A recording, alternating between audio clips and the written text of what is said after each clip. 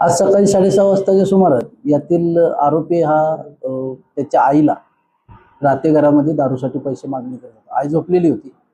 Salokhe park दुसरी गल्ली या ठिकाणी हा प्रकार घडलेला आहे.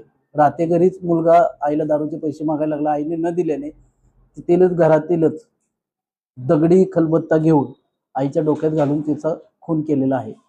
घटनास्थळी आम्ही स्वतः पोलीस निरीक्षक श्री सुशांत चव्हाण साहेब, डीवायएसपी श्री अप्पासू पवार साहेब हे तात्काळ आम्ही घटनास्थळी गेलो. घटनास्थळी पाहता सदरची आई ही जागेवर गतप्राण झाली होती. मैताचं नाव आहे सावित्री अरुण निकम आणि तिचा सावत्र मुलगा विजय अरुण निकम असा आहे. आरोपीला ताब्यात घेतलेला आहे. गुन्हा दाखल करण्यात आलेला आहे. पुढील कारवाई तजवीज ठेवलेली आहे. सकाळी आम्हाला डायल 112 वरून कॉल आला होता.